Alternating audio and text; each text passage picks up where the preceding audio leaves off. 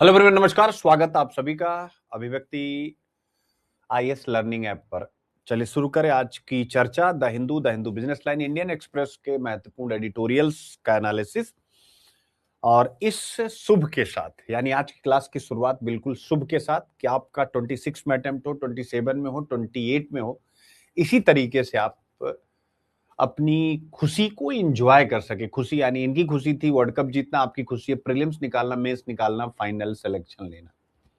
तो इसलिए ये पहला आज आप सबको डेडिकेटेड है। इंडिया को तो बधाई है, वो हम लोगों ने रात में ही दे दी है, कम्युनिटी पोस्ट भी होगी, लेकिन ये सब आपके लिए है, एक पॉजिटिव एटीट्यूड के लिए। यानी आज से हम और सीरियस हो जाएंगे, आज से हम और पॉजिटिव हो जाएंगे टुवर्ड्स अपनी मेहनत, अपना रिजल्ट। रीजन क्या है? क्योंकि फिर से एक चर्चा स्टार्ट हो गई है, और उस चर्चा का नाम क्या है कि इस बार भी जो सिंपल बैकग्राउंड के बच्चे हैं वो बिल्कुल बाहर है।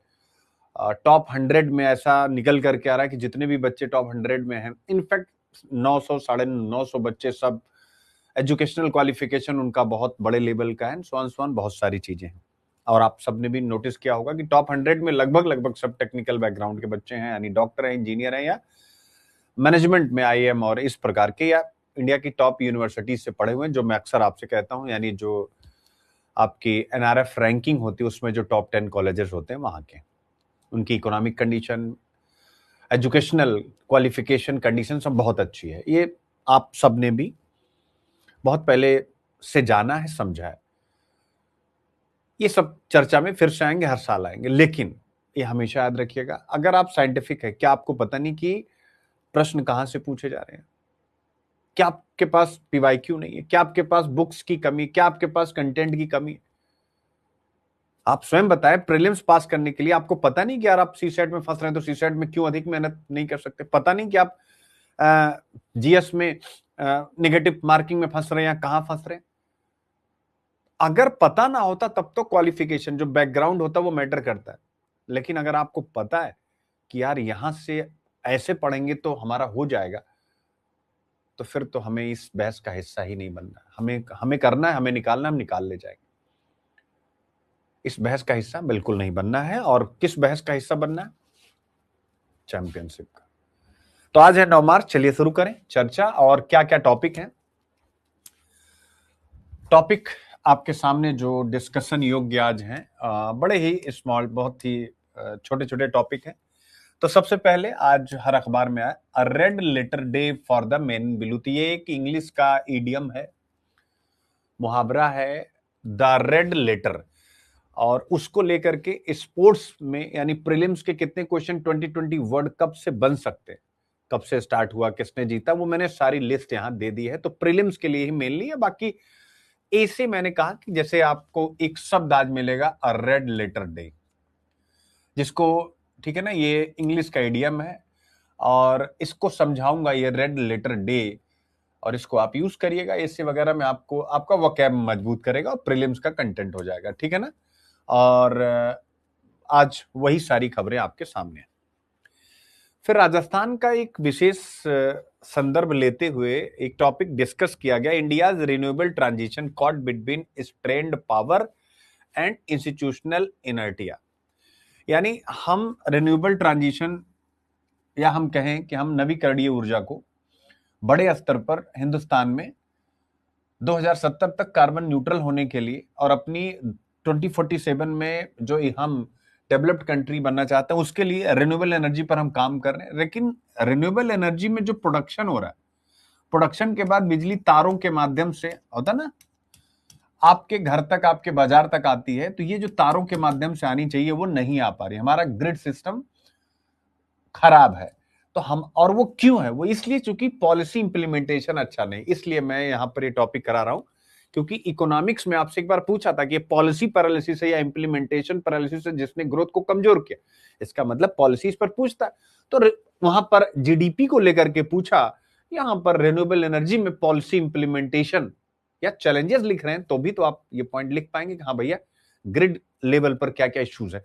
तो अच्छा टॉपिक था। हालांकि राजस्थान, ऑब्वियस है, राजस्थान का रेफरेंस का मतलब कि रिन्यूएबल एनर्जी का तो सबसे बड़ा बेस राजस्थान ही है, ठीक है। तो ये एक अच्छा टॉपिक है, GS paper 3, infrastructure economy, GS paper 2 ए से प्रीलिम्स। जीएस पेपर 2 यानी गवर्नमेंट पॉलिसी, ए से कि भैया courage to accept and dedication to improve, यानी अब आपको स्वीकार करना अपनी गलती को, इस पे काम करना, और प्रीलिम्स के लिए। और इसमें संस्था यानी कि जो हमारे इंस्टीट्यूशन है जो रिन्यूएबल एनर्जी पर काम कर रहे हैं वो अच्छा काम नहीं कर रहे हैं, इस विषय पर डिस्कशन है। तो एक एग्जाम्पल के रूप में आएगा कि इंडिया के रिन्यूएबल एनर्जी ट्रांजिशन के रास्ते में कौन कौन से चैलेंजेस हैं। तो ये एक चैलेंज बड़ा बढ़िया आएगा, अच्छा टॉपिक था, एक नए प्रकार का एनालिसिस था, अभी तक ऐसा आया नहीं था, मैंने कहा चलो भाई कर देते। फिर इसके बाद आज तकनीकी नैतिकता पढ़ाऊंगा हिंदू से। एआई जनरेटेड आपने देखा होगा एनिमल वीडियो बहुत ज्यादा बन रहे हैं, आपने देखा होगा ना, ये काफी टाइम से आपने देखा ना कि आदमी बैठा हुआ, शेर आया, शेर पकड़ लिया, शेर उठा करके लेके चला गया। ऐसे ही वेल जो फिश होती हैं उनके ऊपर न जाने कितने बने हैं, क्रोकोडाइल्स पर बने हुए हैं, बहुत सारे एआई जनरेटेड वीडियो एनिमल को लेकर के बने, जिसके कारण से क्या हो रहा है कि लोगों को ये लग रहा है कि भाई एनिमल खतरनाक तो होते हैं ऑब्वियस है, लेकिन अब उसके कारण से लोगों के अंदर एक अलग प्रकार का उनके प्रति भाव विकसित हो रहा। मान लीजिए आप किसी ऐसे एरिया में जहां पर वो दिखा, आपने उसको मारने की कोशिश की, जबकि वो आपको टच भी नहीं कर रहा है। तो ह्यूमन और हिंसक हो रहा है इन वीडियोस को देख करके। क्या ऐसा हो रहा है? अगर आप सोच पा रहे हैं तो एआई जनरेटेड वीडियो यानी एआई तकनीक है, उसके कारण एनिमल्स को क्या नुकसान हो रहा है, लोगों का एटीट्यूड कैसे बदल रहा है जानवरों के प्रति। जीएस पेपर 4 यानी तकनीकी नैतिकता आज आपको पढ़ाने जा रहा हूं। जीएस पेपर 3 ऑब्वियसली एनवायरमेंट वगैरह आप लगा सकते हैं, और ऐसे फिर इसके बाद या जीएस पेपर 3 में साइंस एंड टेक भी तो है कि एआई पर प्रश्न आ रहा था, एआई के साथ क्या चैलेंज है, तो एक चैलेंज ये आप लिखेंगे कि नहीं लिखेंगे, आप 100% लिखेंगे। फिर आता है why India's leaky pipeline in research is unlike rest of the world. अब ये लीकी पाइपलाइन क्या, जिस पर मैंने सुबह कम्युनिटी पोस्ट भी किया हुआ। मेरे प्यारे बच्चों, लीकी पाइपलाइन जैसे आपके घर में पानी आ रहा हो और बीच में अगर आपकी पाइपलाइन लीक हो जाए तो पानी आना बंद हो जाएगा, या आएगा तो बहुत कम आएगा, जितनी स्पीड से आना था उतनी स्पीड से नहीं आएगा, आपको ज्यादा समय लगेगा पानी को कलेक्ट करने में। सेम वैसा ही साइंस, टेक, इंजीनियरिंग और मैथमेटिक्स में महिलाओं के साथ हो रहा है कि अगर साइंस, टेक, इंजीनियरिंग, मैथमेटिक्स में देखें, पूरा टॉपिक मैं यही खत्म कर दे रहा हूं, इसके अलावा इसमें कुछ पढ़ने, ये वाला कुछ पढ़ने लायक है नहीं, क्योंकि वुमेन इंपावरमेंट पे हम लोग थक चुके हैं, इतना पढ़ चुके हैं। सही है कि नहीं है? थक चुके हो कि नहीं? इतना पढ़ा गया है, बाप रे बाप, दिमाग की दही हो जाती। ठीक है, तो यानी 100 में से अगर 100 लोग साइंस, टेक्नोलॉजी, इंजीनियरिंग, मैथमेटिक्स में मेल और फीमेल पढ़ रहे, तो उसमें 43 महिलाएं हैं। बट अगर हम देखते हैं रिसर्च तक, यानी पढ़ने के बाद जो रिसर्च होता है एंड रिसर्च के बाद डेवलपमेंट, यानी जो इस रिसर्च से हम प्रोडक्ट बना करके उस प्रोडक्ट को मार्केट तक ले जाके प्रॉफिट कमाते हैं, बिजनेसमैन बनते हैं, उनमें से केवल 18% महिलाएं, यानी 100 पुरुष और 18 महिलाएं, जबकि पढ़ाई में 43 हैं और पहुंच रही 18। तो ये कहीं ना कहीं एक बहुत बड़ा इश्यू है।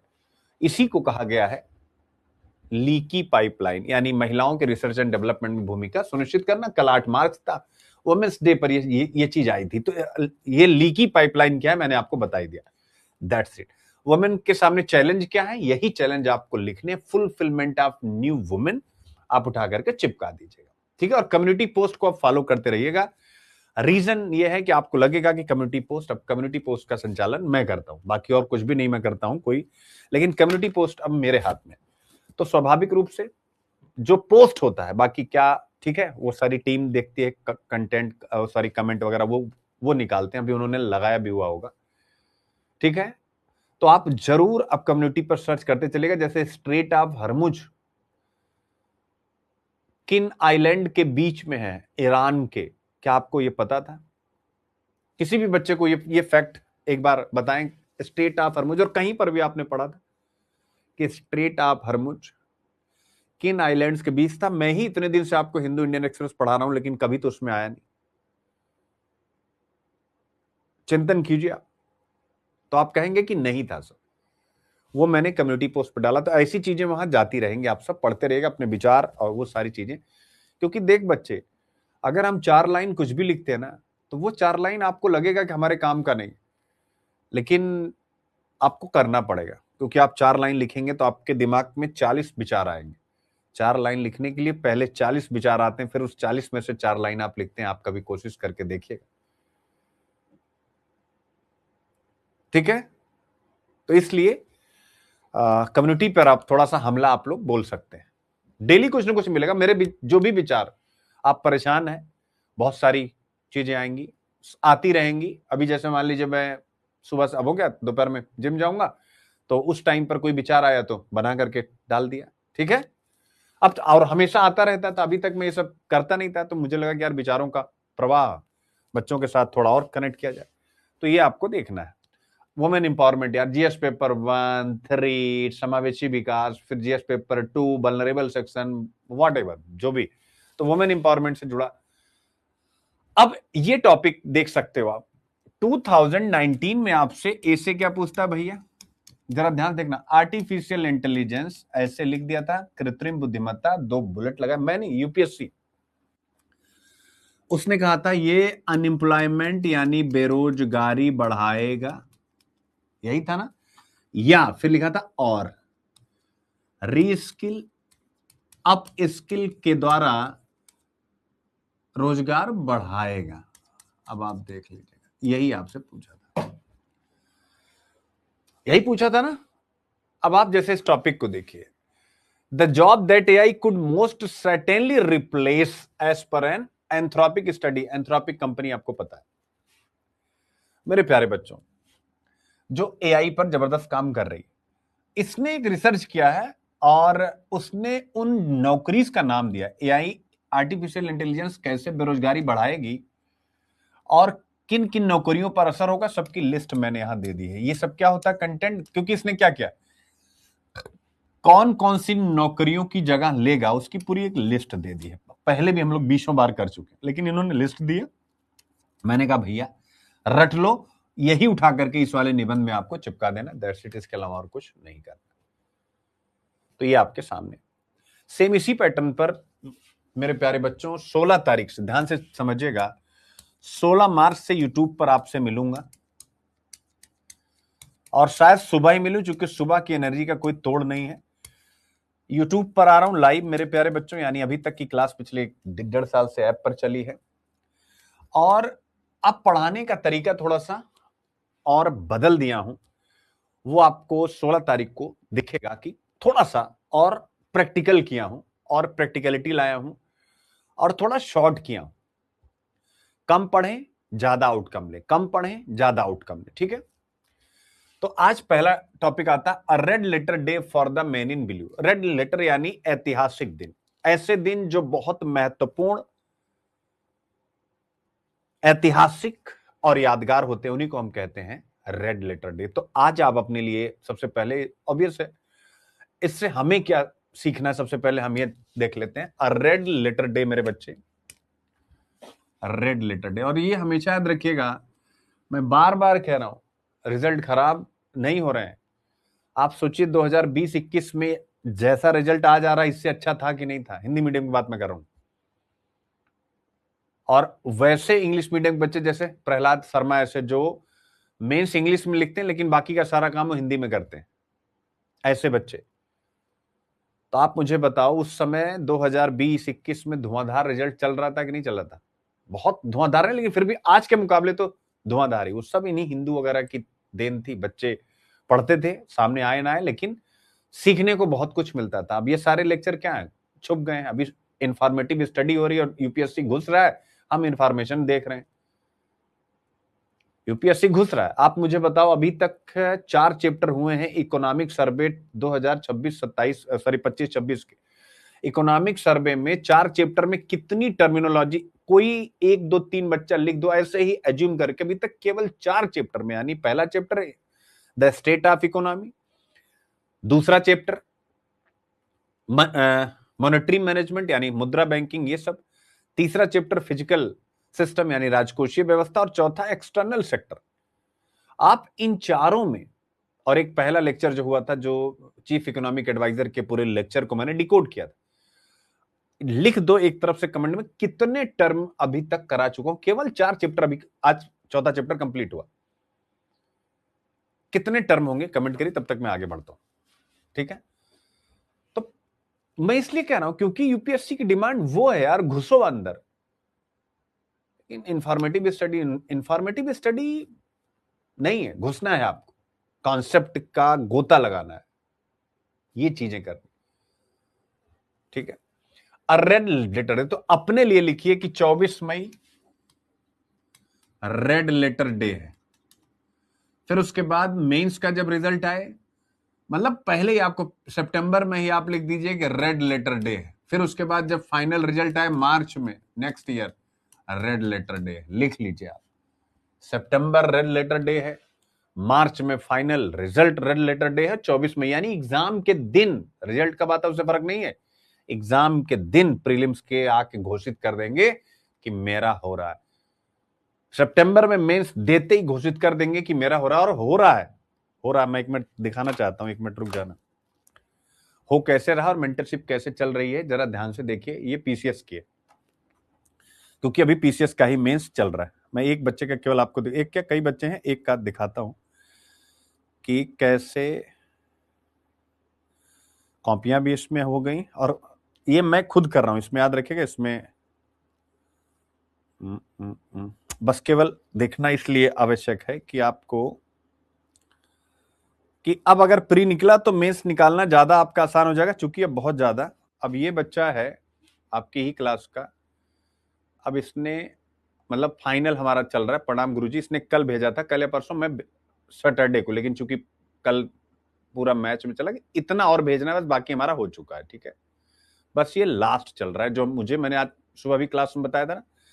अब इसके ऊपर आप बस देखते जाओ, क्वेश्चन आंसर कैसे करना, डिमांड कैसे पकड़ना, question answer question answer question. अब आप ऐसे भागते चले जाओ, question answer question answer question answer question, ये सब जीएस पेपर 1 2 3 4 सब question answer question answer question answer question answer question answer question answer question answer question answer question answer, देखते जाओ। फरवरी आ गया, 7 फरवरी आ गया, question answer question answer question question question question question question, 2 फरवरी देख सकते हो आप। क्वेश्चन आंसर 25 जनवरी, question answer question answer question answer question answer, 20 जनवरी question answer question answer question answer question answer question answer, 22 दिसंबर 18 दिसंबर। आप देख सकते हैं इसने मेरी मेंटरशिप ली है कब, यानी 5 दिसंबर को, और इसका 9 दिसंबर से सारा स्टार्ट हुआ। और ऐसे ढेर सारे बच्चे, एक पे मैंने दिखाया उतना समय।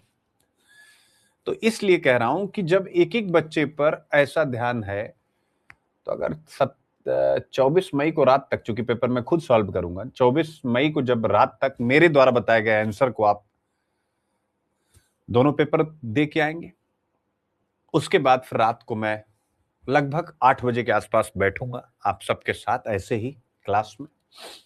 फिर मैं बताऊंगा कि मेरे अकॉर्डिंग कौन कौन सा आंसर, यानी जैसे होता है ना कि एग्जिट पोल होता है, या एक होता है महापोल, जितने एग्जिट पोल हैं सबको मिला करके महापोल, जिससे कि बाद में उसमें बहुत ज्यादा सही या गलत ना हो। मेरा अपना और बाकी जितनी भी संस्था निकाल देंगी जो मुझे पसंद है संस्थाएं, उनका लेकर के एक महापोल कर दूंगा, जिससे फिर बाद में एक हफ्ते के बाद, सर मेरा तो इस कोचिंग से इतना हो रहा था, इतना नहीं हुआ, इस टाइप से। तो 24 मई को रात तक ही आप, मतलब उसी 8 बजे से 10 बजे तक आप मुझे बता दें कि आपका हो रहा है कि नहीं हो रहा है। और फिर आप सोचिए कि अगर ऐसे ही सब बैठ जाएंगे ऐसे आमने सामने, और तैयारी ऐसे स्टार्ट कर दूंगा, जैसे इकोनॉमिक सर्वे की एक टर्म को घुमा रहा हूं, ऐसे इकोनॉमी की 10 यूनिट एक दिन लगेगा। बच्चे देखो, अब ये मत कहना कि नहीं सर 10 की 10 यूनिट आप एक रोज में करा देंगे, बिल्कुल कराएंगे। अब पॉसिबल है,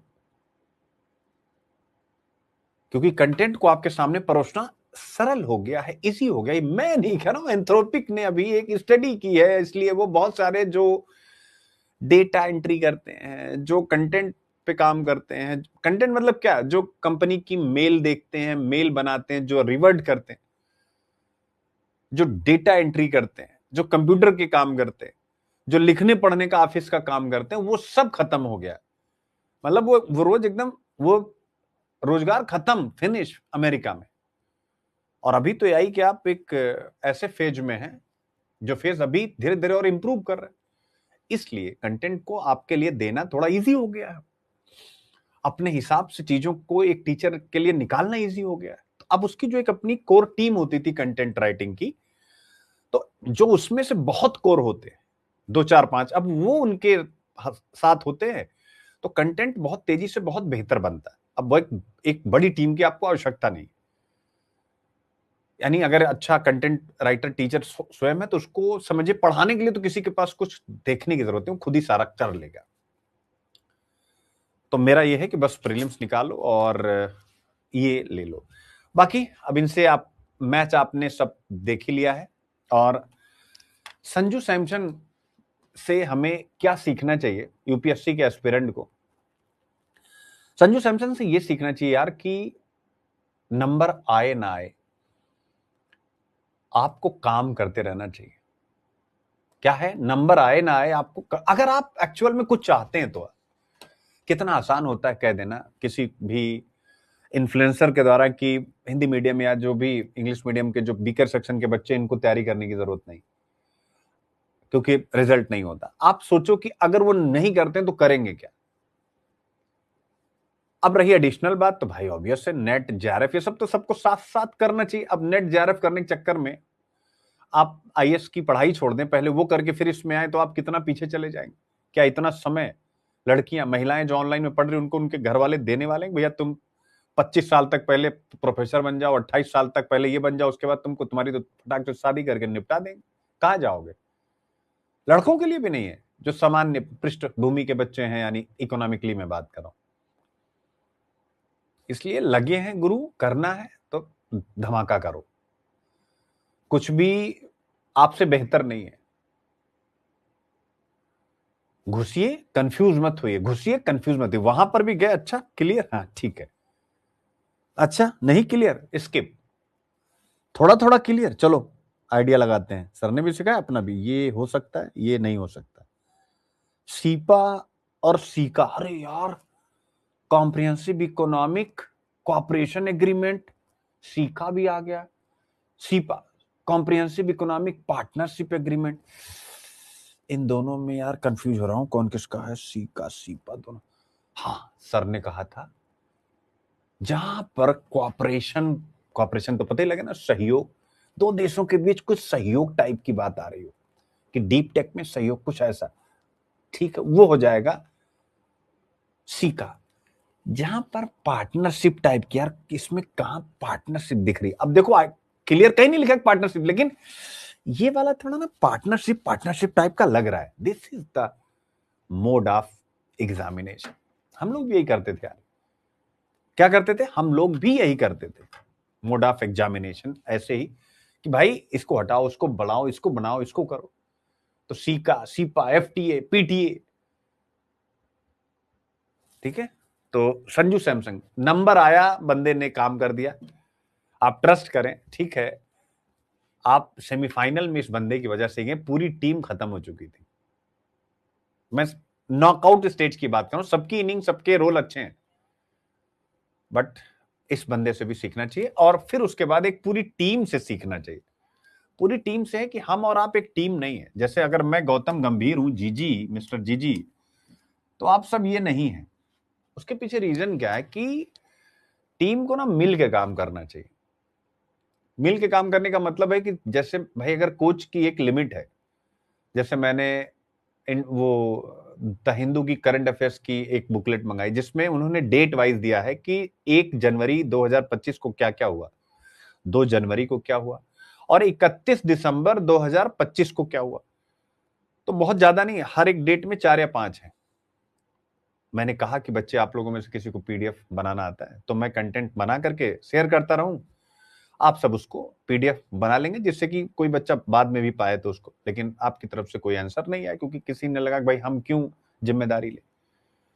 तो टीम का मतलब ये होता है कि सर आप हमें, जो आपने द हिंदू का 1 ईयर का करंट अफेयर्स का बुकलेट मंगाया है, वो पूरा एकदम जैसे इंडिया ईयर बुक टाइप का है, उसमें सर टिक लगा दीजिए हर डेट की, डेट कि 1 जनवरी को ये और ये देखना है, 2 जनवरी को ये और ये। सर हम लोग एआई के थ्रू उसको डिटेल्ड कर लेंगे।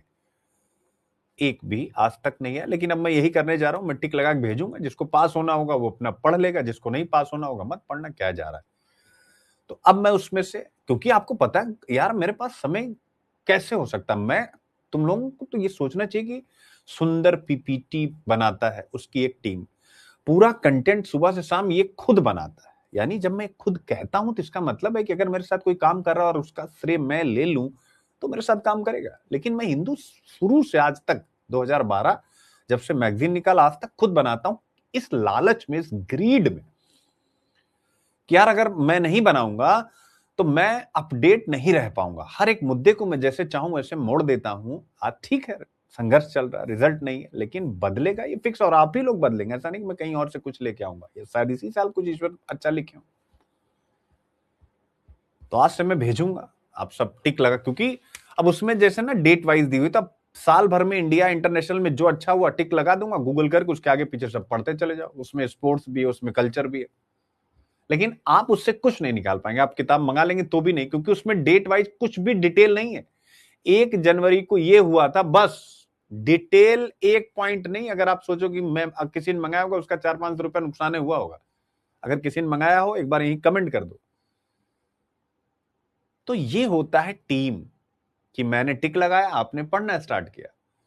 अगर कोचिंग क्लासेस, अरे सुनील सर कितनी क्लासेस ही चलती है यार, वहां तो 18 घंटे चलती है, तो फिर रिजल्ट इसीलिए हो ही नहीं रहा, क्योंकि सुनील सर का जो स्किल है वो तो आप ले ही नहीं रहे, आप सुनील सर का टाइम ले रहे।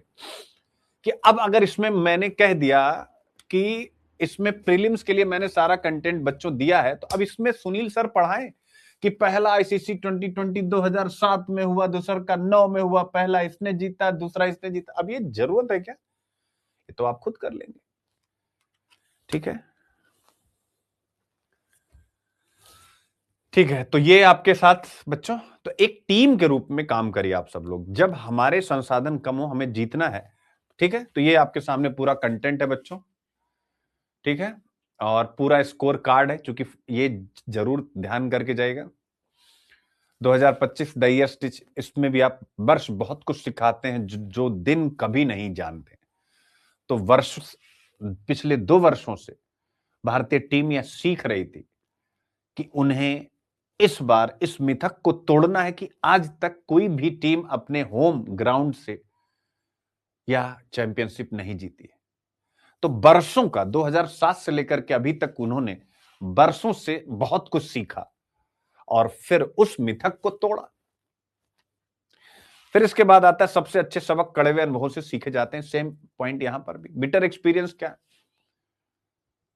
कि आज तक हिंदुस्तान ने या किसी भी देश ने पहला अपने होम ग्राउंड पर नहीं जीता, दूसरा कंजेकेटिव नहीं जीता। 2007 के बाद भारत को कितने वर्ष लग गए थे।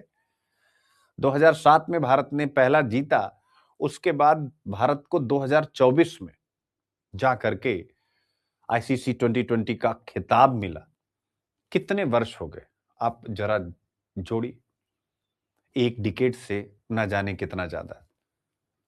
तो उस बिटर एक्सपीरियंस से उन्होंने सीखा और 24 में जीता, और फिर उसी बिटर एक्सपीरियंस से सीखा था कि अब हमें इस निरंतरता को तोड़ना नहीं है, और फिर उन्होंने यहां भी जीता। तो इस हिसाब से आप इसको डाल सकते हैं, ठीक है ना। Thinking is like a game, it does not begin unless there is an opposite team. सोच एक खेल की तरह, यह तब तक शुरू नहीं होता जब तक तो एक विपरीत टीम ना हो। तो एक तरफ न्यूजीलैंड, एक तरफ इंडिया, हो गया ना।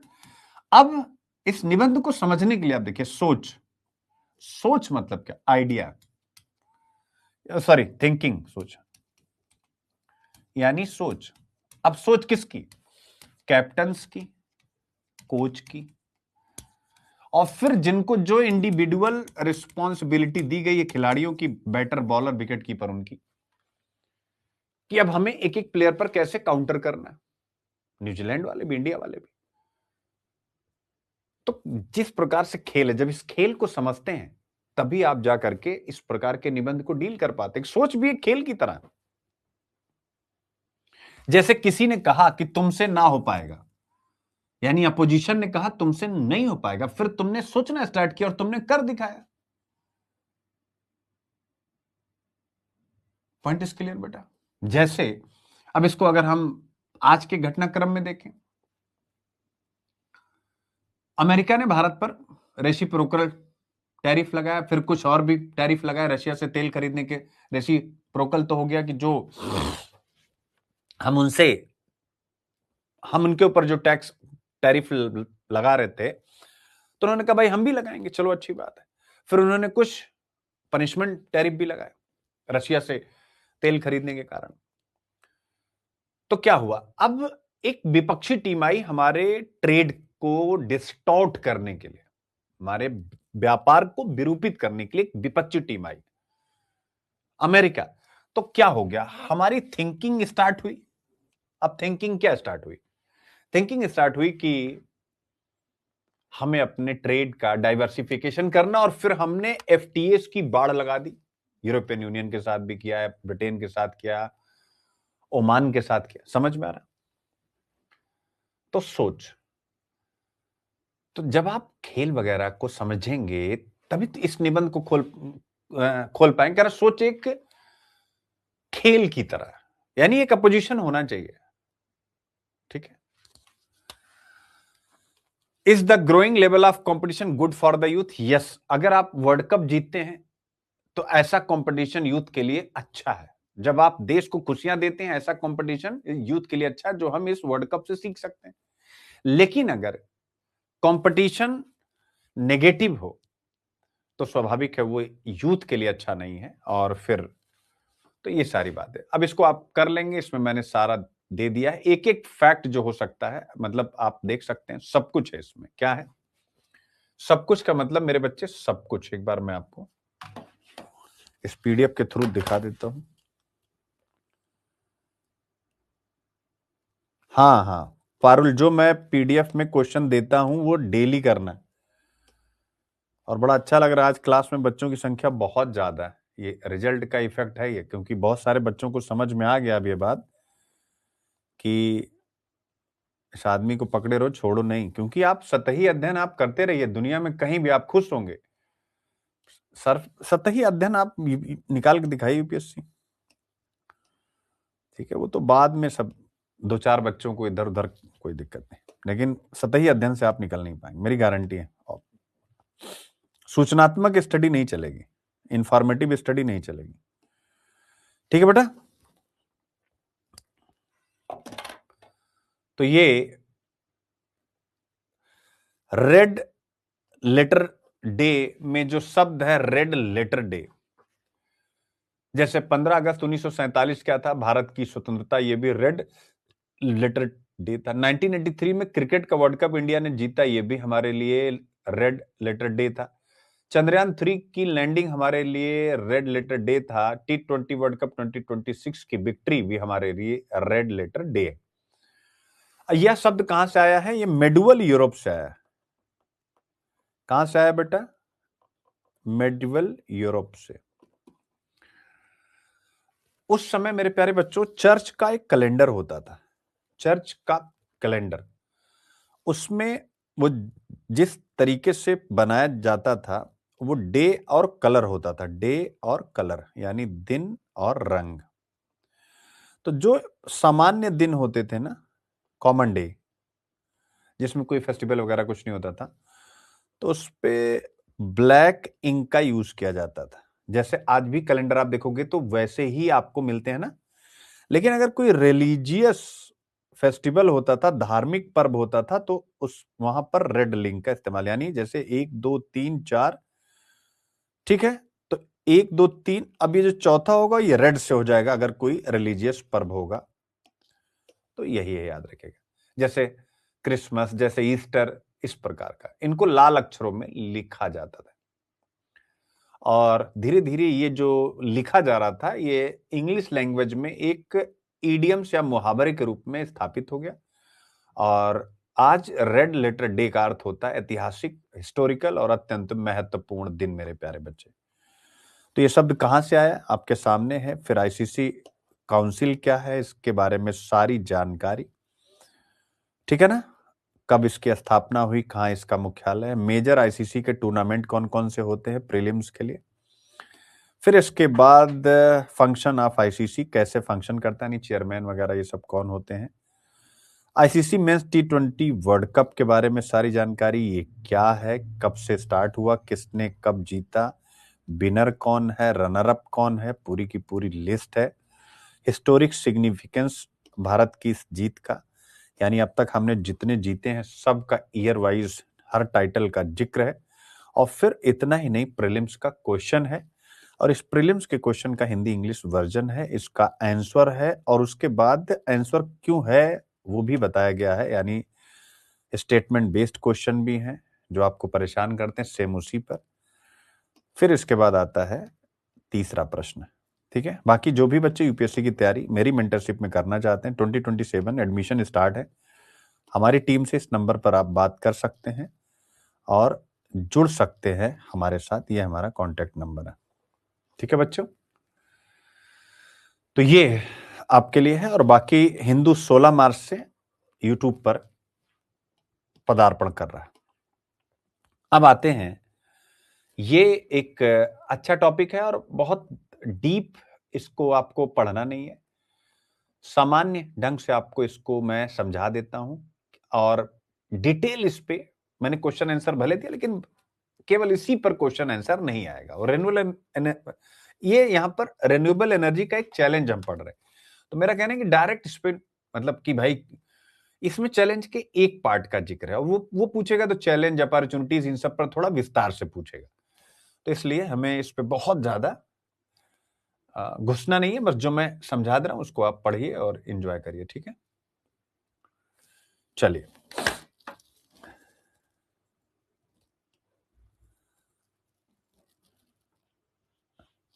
हाँ पारुल, सारे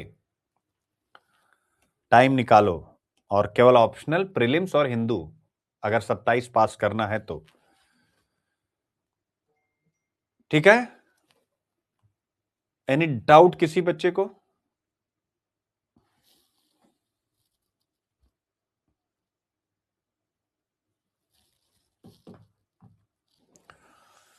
मुद्दा क्या है, एक बार आप देख सकते हैं इसको।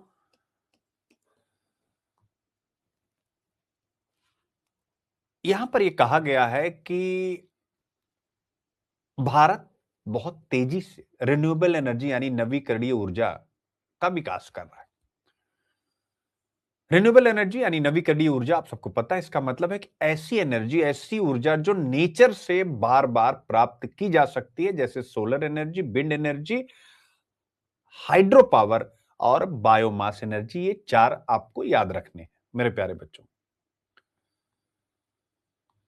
और इंडिया ने क्लाइमेट चेंज और एनर्जी सिक्योरिटी, इन दोनों पहलुओं को ध्यान में रखते हुए एक बड़ा टारगेट तय किया है, जिसका मैंने स्टार्टिंग में भी जिक्र किया कि 2030 तक, 2030 तक India 500 gigawatt non fossil fuels based energy यानी गैर जीवाश्म ईंधन आधारित ऊर्जा क्षमता विकसित करना चाहता है। यानी इसका मतलब क्या हो गया कि भारत तेल और कोयले पर अपनी डिपेंडेंसी, अपनी निर्भरता को कम करके क्लीन एनर्जी की ओर बढ़ना चाहता है। सस्टेनेबल डेवलपमेंट गोल भी है कि, लेकिन जैसे जैसे, अब देखिए भारत क्या चाहता है वो सारा बताया गया। अब समस्या यहां क्या स्टार्ट होती है, आप देखेंगे कि जैसे जैसे हम ढेर सारे प्रोजेक्ट लॉन्च कर रहे हैं, एक प्रॉब्लम, इसलिए मैंने कहा था एक समस्या सामने आ रही, और उस समस्या का बिजली तो हम बना रहे हैं, बट वो मतलब उसका हम डिस्ट्रीब्यूशन सही से नहीं कर पा रहे। सिंपल, यानी पूरी तरह से बिजली के नेशनल नेटवर्क तक वह बिजली नहीं पहुंच पा रही, जिस नेशनल नेटवर्क को ग्रिड कहते हैं। जैसे इंटरनेट के थ्रू आप मेरे साथ कनेक्ट है ना, वैसे ग्रिड के थ्रू बिजली सभी क्षेत्रों से कनेक्ट होती, लेकिन बिजली बन रही है, बट पूरी तरह से बिजली के राष्ट्रीय नेटवर्क तक नहीं पहुंच पा रही। यही है, यानी ग्रिड तक नहीं पहुंच पा रही।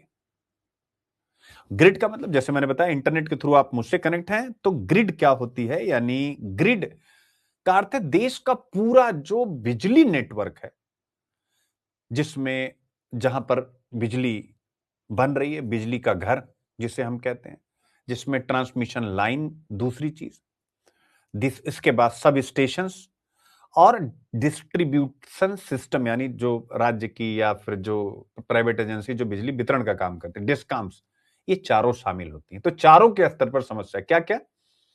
ग्रिड का अर्थ है देश का पूरा इलेक्ट्रिसिटी नेटवर्क, जिसमें बिजली घर, पावर हाउसेस, ट्रांसमिशन लाइनें, सब स्टेशन और वितरण प्रणाली शामिल होती हैं। और यह नेटवर्क बिजली को बिजली घर से हमारे घरों और इंडस्ट्रीज तक पहुंचाता है। अब समझ गया? यानी यह नेटवर्क ही काम नहीं कर रहा अच्छे से, बस यही याद रखना। ठीक है? तो अब इस ग्रिड में जो सबसे बड़ी प्रॉब्लम है वो ट्रांसमिशन की। ट्रांसमिशन का अर्थ क्या होता है कि बिजली को यहां से यहां तक लेके जाना है, यानी बिजली को लंबी दूरी तक ले जाना, जहां से बिजली बन रही है उसे कहते हैं ट्रांसमिशन। और इसके लिए आपने देखा ही होगा कि बहुत ऊंचे वोल्टेज की बिजली लाइनें बनती है कि नहीं बनती है? जैसे 765 किलो वोल्ट की ट्रांसमिशन लाइन है जो हजारों मेगावाट बिजली को लंबी दूरी तक ले जा सकती हैं। अब समझ गए आप? लेकिन कई राज्यों में क्या समस्या, विशेषकर राजस्थान का जिक्र है कि बिजली उत्पादन की क्षमता तो बड़ी, यानी बिजली तो हम पावर हाउस में खूब बना रहे हैं, बट ट्रांसमिशन क्षमता उतनी तेजी से नहीं बढ़ी है। यही यहां पर कहा गया। और इसी स्थिति को एनर्जी सेक्टर में कहा जाता है स्ट्रेन्ड पावर। यानी स्ट्रेन्ड पावर का मतलब, टॉपिक आप देख सकते हैं, स्ट्रेन्ड पावर का मतलब क्या हो गया?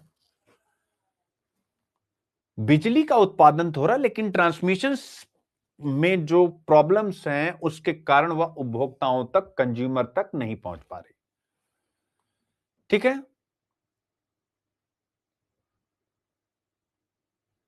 इसके साथ एक और समस्या है कि आप स्वयं विचार करें, इसमें उसका भी जिक्र किया गया कि अगर हम बिजली बना रहे हैं और उसको लोगों तक पहुंचा नहीं पा रहे, मींस की ट्रांसमिशन लाइन हमारी भरी हुई होती है, भरी हुई होती है ना, कम है इसलिए भरी हुई है। यानी जब ग्रिड में बिजली अधिक हो जाती है, या हम कहें कि अधिक का मतलब क्या हो गया कि जो ट्रांसमिशन, यानी यहां से वहां तक जो बिजली पहुंच रही है वो भरी हुई है, ट्रांसमिशन लाइन और है नहीं, तो क्या होता है?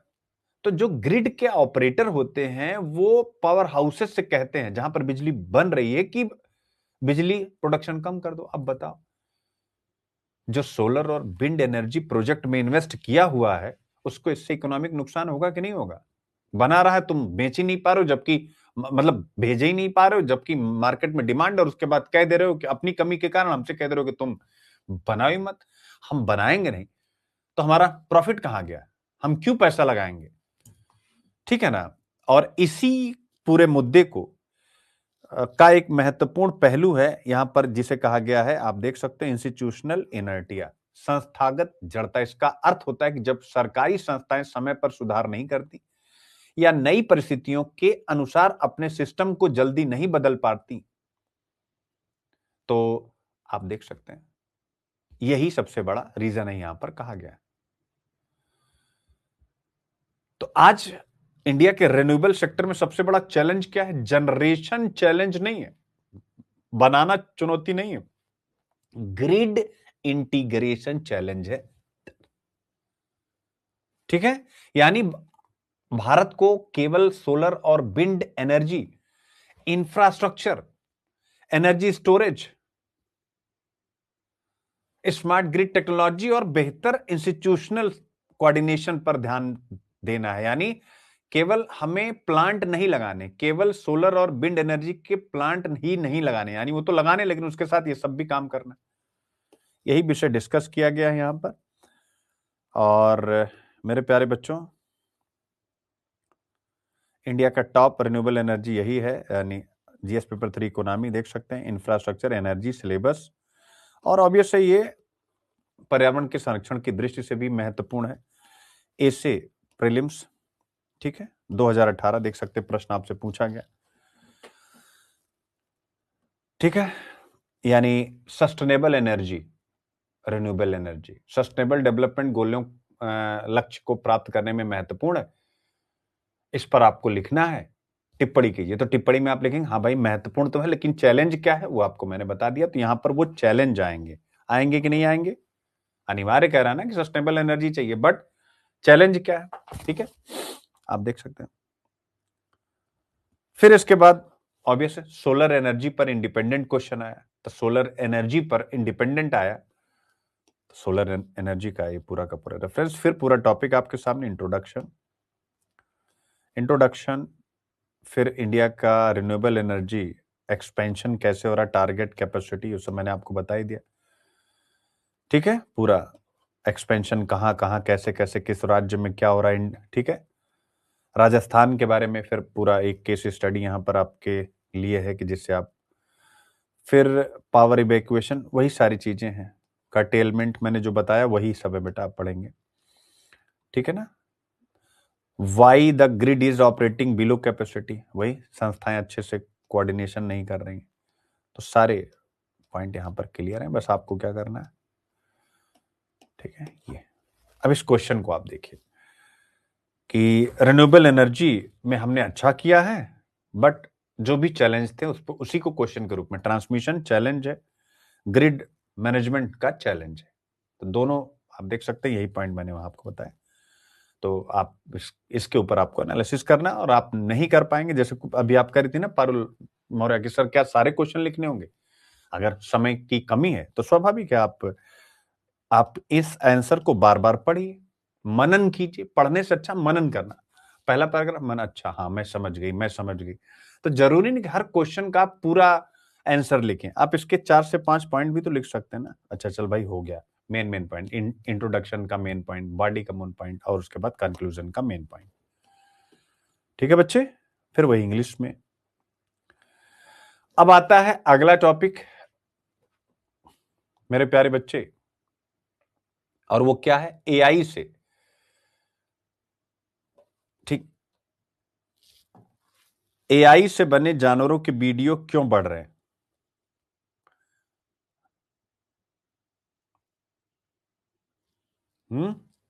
और उनसे क्या नुकसान हो सकता है? तो एक बार आप यहां तब तक आनंद उठाइए, मैं आगे।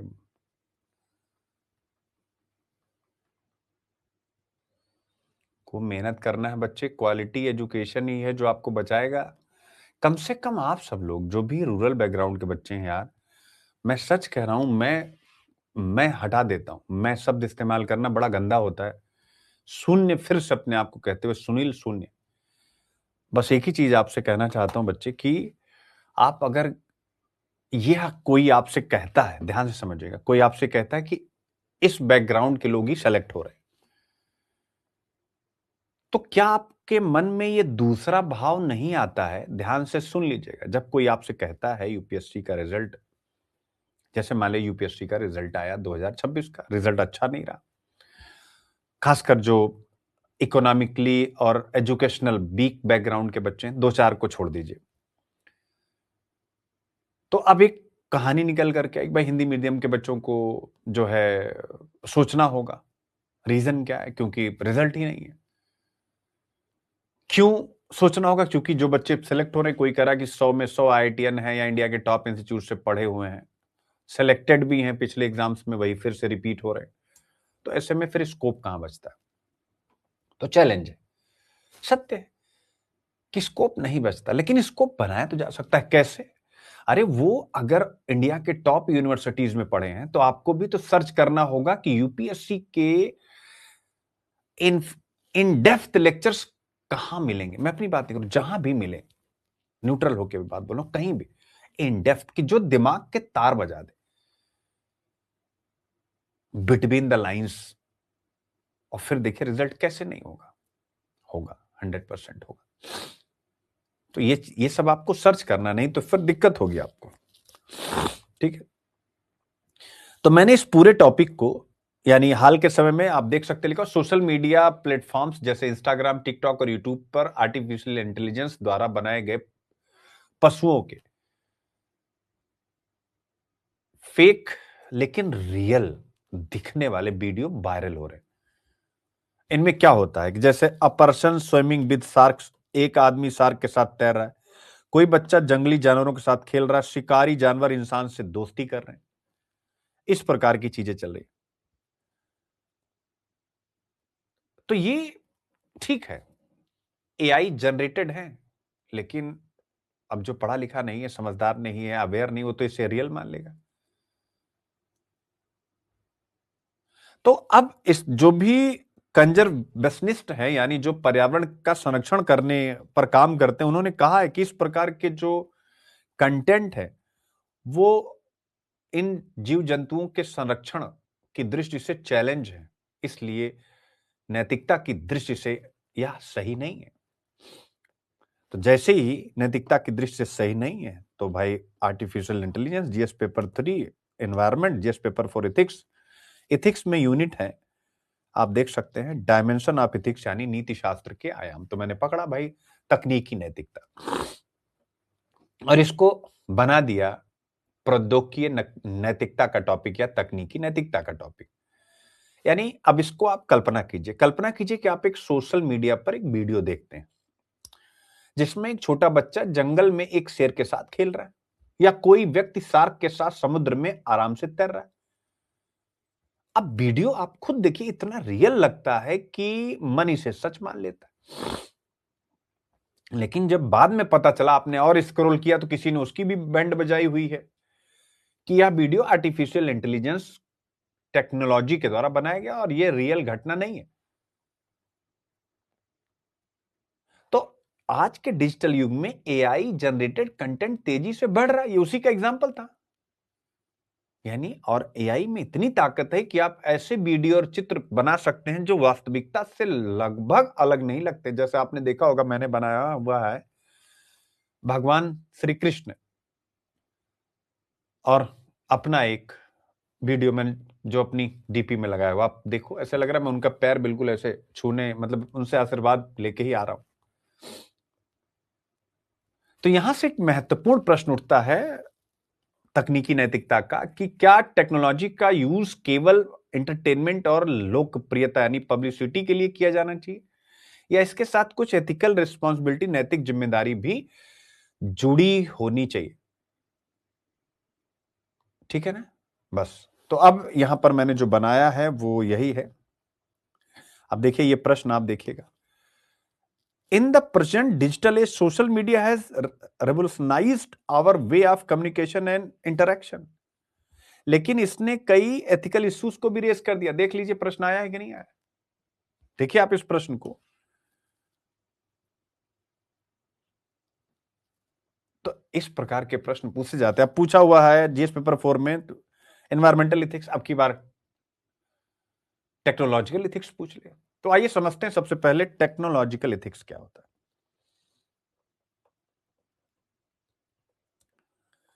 तकनीकी नैतिकता, इसका या प्रौद्योगिकी नैतिकता, इसका अर्थ है कि नई तकनीकों का के विकास और उपयोग में, यानी न्यू टेक्नोलॉजी के डेवलपमेंट एंड यूजेस में सत्य,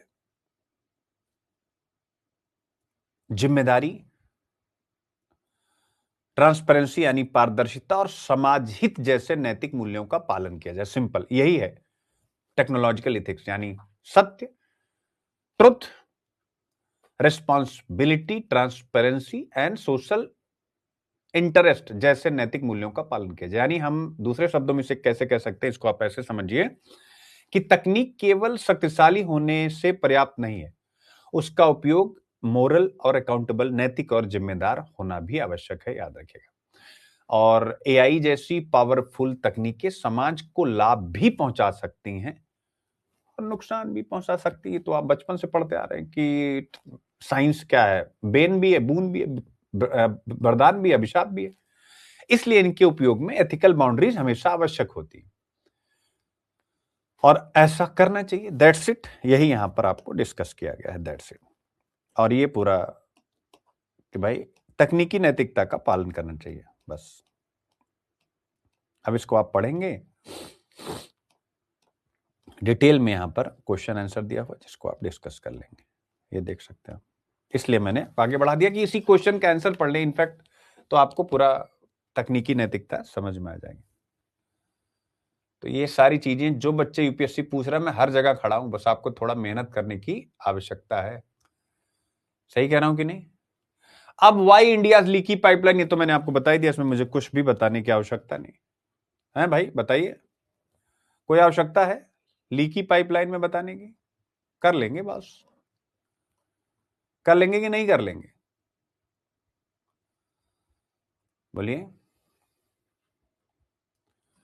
महिला, वुमेन एम्पावरमेंट, उसी से जुड़ा हुआ सॉरी यह विषय है। अब इस क्वेश्चन का आंसर पूरा डिटेल से आ दिया गया। अब आ गया अगला टॉपिक, लीकी पाइपलाइन। तो ये तो मैंने बता दिया, इसमें आपको कुछ जानने की जरूरत नहीं। ठीक है, लीकी पाइपलाइन महिलाओं से जुड़ा। अब देख सकते हैं टेक्नोलॉजी, सोसाइटी, महिलाओं की भूमिका। अगर महिलाओं की भूमिका मजबूत नहीं है तो ऑब्वियसली एक नैतिक मुद्दा, इसलिए एथिक्स भी लगा दिया। ह्यूमन रिसोर्स एजुकेशन से जुड़ा जीएस पेपर 2। फिर इकोनॉमी, अगर ऐसा रहा तो समावेशी विकास कैसे आएगा? ठीक है, अब देखिए महिलाओं को, अभी कल भी मैंने यूट्यूब पर पोस्ट किया था, महिलाओं के समक्ष समय और स्थान संबंधित निरंतर चुनौतियां क्या हैं। तो आप देख सकते हैं हर जगह वुमेन वुमेन वुमेन। अच्छा, एक ये अवनी शर्मा की कविता मैंने यहाँ रखी है। अवनी बेटा आप क्लास में है, इसने एक बड़ी अच्छी कविता लिखी है। अब मैं इसी के बहाने पाइपलाइन को थोड़ा सा समझा देता हूं। पाइपलाइन यानी जिसके माध्यम से पानी एक स्थान से दूसरे स्थान तक पहुंचता है। यदि उस पाइपलाइन में कई जगह लीक हो जाए तो पानी अपने गंतव्य तक पूरी मात्रा में नहीं पहुंच पाता। ठीक इसी प्रकार अब वही चीज कही गई कि वैज्ञानिक शिक्षा से लेकर वैज्ञानिक करियर तक की यात्रा में भी कई टैलेंट यानी प्रतिभाएं रास्ते में ही बाहर हो जाती, इसे ही लीकिंग पाइपलाइन कहते हैं। स्टेम क्षेत्र में यह शब्द विशेष रूप से चर्चा में है, और विशेषकर महिला वैज्ञानिकों, वुमेन साइंटिस्ट के संदर्भ में। स्टेम यानी साइंस, टेक्नोलॉजी, इंजीनियरिंग और मैथमेटिक्स, ये 4 क्षेत्र जो कि किसी भी देश की वैज्ञानिक प्रगति, इनोवेशन और इकोनॉमिक डेवलपमेंट के लिए अत्यंत महत्वपूर्ण माने जाते हैं। For example artificial intelligence, space technology, biotechnology, renewable energy, ये सब स्टेम के अंतर्गत ही आते हैं। तो भारत में एक पैराडॉक्स है, एक दिलचस्प विरोधाभास है कि एक तरफ बड़ी संख्या में लड़कियां विज्ञान की पढ़ाई कर रही हैं, लगभग 43%, 100 में से 43% महिलाएं, बाकी पुरुष। बट जब वही महिलाएं जो पढ़ रही हैं रिसर्च कैरियर में देखा जाए तो 43% जो महिलाएं दिख रही थी, अब वो 100 में से 18% हो जाती। ठीक है, यानी आरएनडी में केवल 18% महिलाएं काम करें। इसका अर्थ क्या है? इसका अर्थ है कि एजुकेशन से रिसर्च तक पहुंचने में या उस रास्ते में बहुत बड़ी संख्या में महिलाएं बाहर हो रही, यही है लीकी पाइपलाइन। ठीक है, अब लीकिंग पाइपलाइन को थोड़ा सा और मैं समझाता हूं, थोड़ा सा समझ लीजिए। एक साइंटिस्ट, जैसे आप इमेजिन कीजिए कि मैं साइंटिस्ट हूं, यानी सुनील अभिव्यक्ति साइंटिस्ट है। अब इसको मैं थोड़ा लीकिंग पाइपलाइन को आपको बता दूं, फिर इसको थोड़ा और अच्छे से, क्योंकि मैं चाहता हूं कि इसको आप ऐसे वगैरह में यूज करिएगा। महिलाओं के सामने चैलेंज लिखने में ये लीकी पाइपलाइन उठा के चेप दीजिएगा। नए युग की नारी की परिपूर्णता यथार्थ मिदक है, fulfilment of new women reality है या मिथ है? तो रियलिटी, ये तो मिथ दिख रहा है कि भाई 43% पढ़ रही है, आगे 18% जा रही है। तो जरा इसको समझाता हूं। एक साइंटिस्ट का करियर एक यात्रा होती है। जैसे यूपीएससी का आपका करियर है, पहले आपने पढ़ाई किया, पहले आप स्कूल गए, फिर कॉलेज गए, फिर उसके बाद आपने मास्टर्स किया, नहीं किया, फिर उसके बाद आपकी एज हुई, फिर आपने यूपीएससी का फॉर्म भरा। तो वैसे ही एक साइंटिस्ट का भी एक करियर होता है, पहले स्कूल के लेवल पर, फिर स्टेम की डिग्री लेता है, साइंस, टेक्नोलॉजी, इंजीनियरिंग या मैथमेटिक्स किसी की, फिर वो उसी में मास्टर्स करता है, फिर पीएचडी करता है, फिर पोस्ट डॉक्टोरल रिसर्च करता है, फिर उसको परमानेंट रिसर्च पोजीशन मिलती है। ठीक है, तो यहां कहा गया कि इंडिया में जो लीकिंग पाइपलाइन है वो पीएचडी और पोस्ट डॉक्टोरल रिसर्च के लेवल पर है या उसके आगे के लेवल पर है। यानी स्कूल स्तर पर, कॉलेज स्तर पर, मास्टर्स में, पीएचडी तक महिलाओं की संख्या है, सॉरी मास्टर्स तक महिलाओं की संख्या है, लेकिन जैसे पीएचडी और उसके आगे की कंडीशन आती है, महिलाएं बाहर हो जा रही। यानी पीएचडी के बाद ही रिसर्च करियर स्टार्ट होता है और उसके पहले ही महिलाएं इस व्यवस्था से बाहर हो जा रही। ठीक है, अब आता है कि आपके मन में आएगा कि सर ऐसा क्यों होता है, ऐसा क्यों होता है। अब यही है जो होता है ना, वो यही है। What are the continued challenge for women in India against time and space. अब यही वाला, मतलब उनके सामने क्या चैलेंज है। तो इस समस्या के पीछे तीन कारण है। Social factor. अब आप कहेंगे सर सोशल फैक्टर क्या है। इंडियन सोसाइटी में अक्सर महिलाओं से अपेक्षा की जाती है कि भैया अब उन्होंने हायर एजुकेशन कर लिया, विवाह करें, परिवार संभालें, बच्चों की देखभाल करें। जबकि साइंटिफिक रिसर्च में लंबा समय लगता है, एक स्थान से दूसरे स्थान की तरफ आपको जाना पड़ सकता है, यानी एक सेंटर से अगले राज्य वाले सेंटर में, और कंटिन्यूअस स्टडी करनी होती है।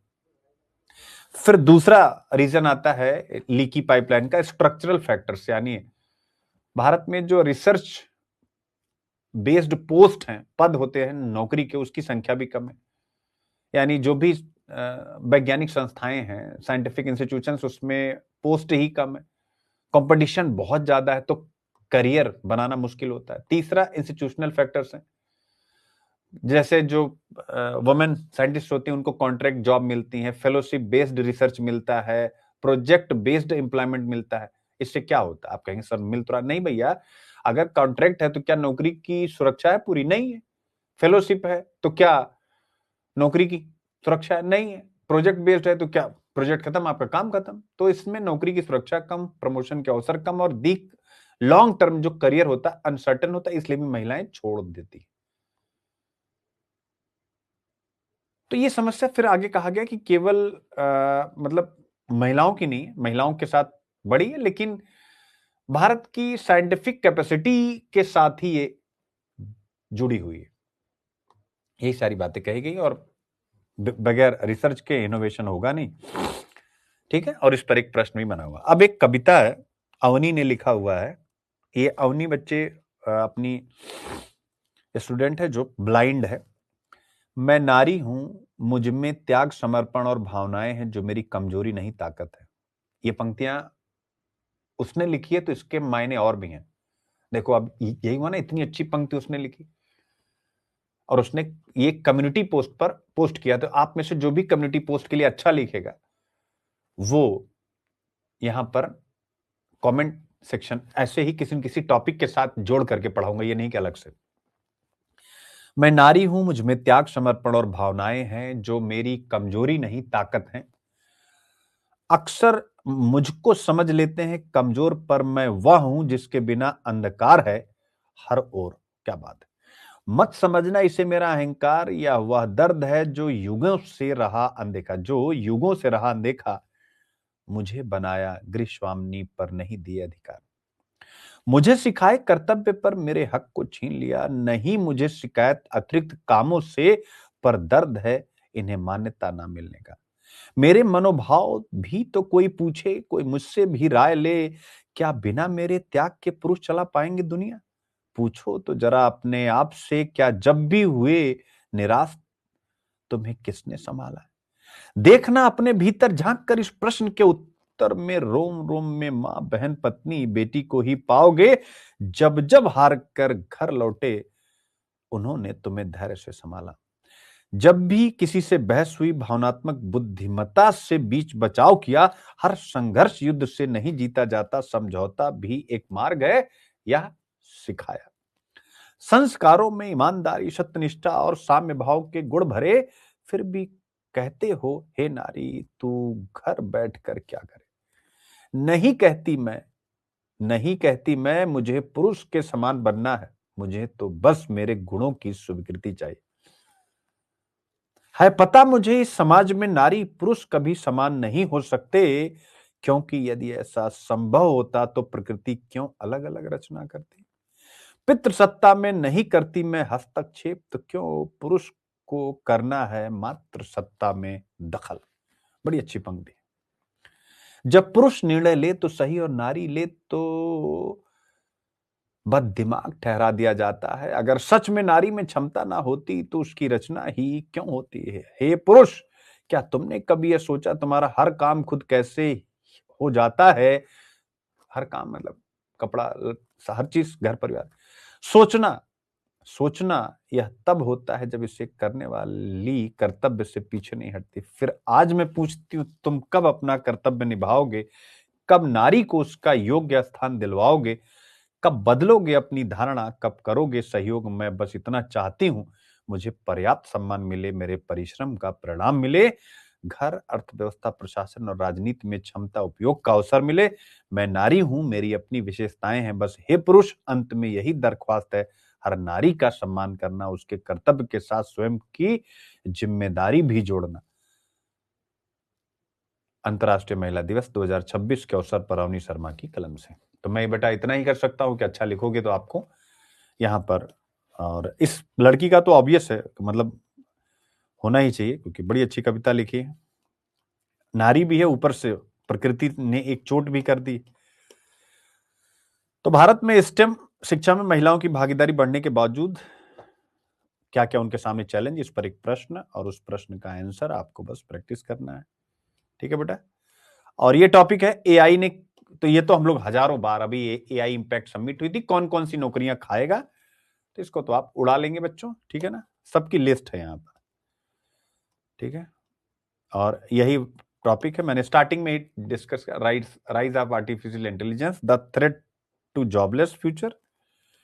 तो इसने पूरा बता दिया, एंथ्रोपिक ने रिसर्च करके। मैंने बस कि ये मैं देना नहीं चाहता था, मुझे लगा कि क्या ही दूंगी, तो मैं अभी एआई सबमिट हुई थी, ना जाने कितनी बार इसको पढ़ा, लेकिन मैंने कहा चलो एक बार बच्चों की और प्रैक्टिस हो जाएगी। आर्टिफिशियल इंटेलिजेंस केवल नौकरियां समाप्त नहीं करी, बल्कि रोजगार के नेचर को बदल रही है। ठीक है, तो रोजगार पर आर्टिफिशियल इंटेलिजेंस का क्या इंपैक्ट हो मैंने आपको बताया। बाकी जो भी बच्चे यूपीएससी की तैयारी करना चाहते हैं, पर्सनल मेंटरशिप या फाउंडेशन कोर्सेज क्लासेस, आप हमारे साथ अवश्य जुड़े 27, 28, और विलंब नहीं करना, समय नहीं लगाना। थैंक यू सो मच, जय हिंद।